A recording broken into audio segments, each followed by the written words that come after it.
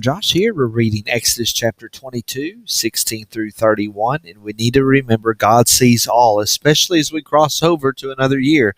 God sees every single thing you do. We need to keep that in mind when we are living our life. We need to keep that in mind when we're talking about the application of God's law. Remember, we're in a section here right after the Ten Commandments where there are specific law codes that are being written down for the people of Israel in their particular time and their particular age.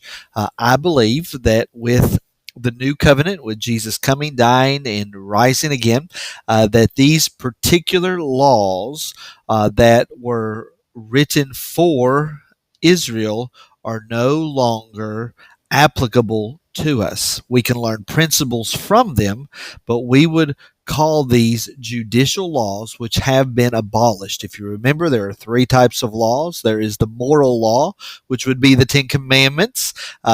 That is the law written in our hearts, the natural law, exemplified in the Ten Commandments, even summarized by Jesus in his two statements.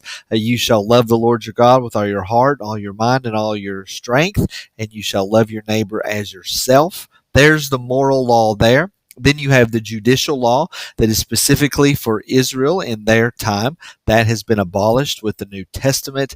And then you have the ceremonial law with the sacrificial system, how the priests are supposed to act, different things within the temple worship. Those also have been abolished with the new covenant. And so these particular judicial laws that we're going to read here and have, as we have read, will have been abolished by the new covenant. But as you read these laws, you're going to see that there are principles underneath that can be applicable and helpful to us, of course. And then also, we need to remember that these laws are governing a fallen world, and so even governing sinful institutions and sinful actions, making allowances for things and perhaps ways we would not feel exactly comfortable. Doesn't mean God is for that. He is trying to protect the individuals in the circumstances. So let's look at the situation as we read these laws. I want you to remember that God sees all.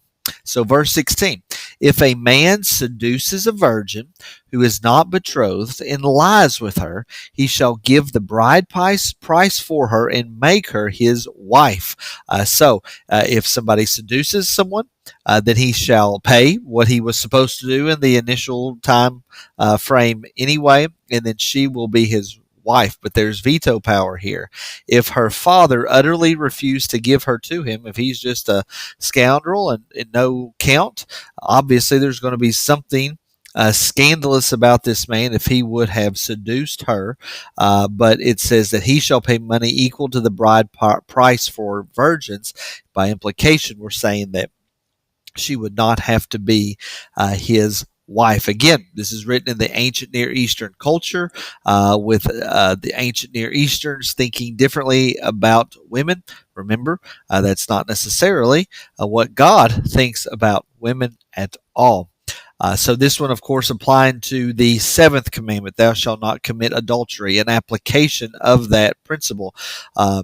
Verse 18, you shall not permit a sorceress to live. This would be going at the command that you shall have no other gods before the Lord. Someone that is interacting with evil spirits shall not live, and sorceress shall be put to death. Again, judicial laws that would not necessarily be applicable today, but the first commandment is applicable. You shall have no other gods than the Lord. Whoever lies with an animal shall be put to death.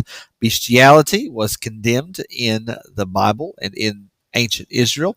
Whoever sacrifices to any god other than the Lord alone shall be devoted to destruction. Again, going back to that first commandment. 21, you shall not wrong a sojourner or oppress him, for you are sojourners in the land of Egypt. You shall not mistreat any widow or fatherless child.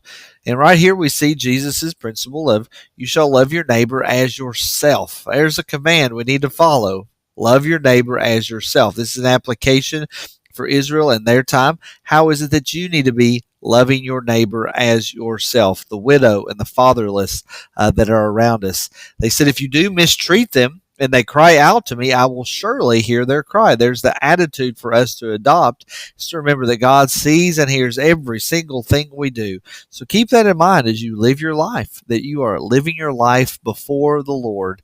And we're told that if he sees them mistreating widows or orphans, his wrath will burn, and he will kill you with the sword, and your wives shall become widows, and your children fatherless. The wrath of God, an intense promise for those that mistreat those that are around them, particularly the widow and the fatherless and the sojourner. Verse 25, if you lend money to any of my people with you who is poor, you shall not be like a money lender to him, and you shall not exact interest from him. If ever, it is that interesting, no interest for people that are Israelites. So borrowing money from another Israelite, you couldn't charge interest.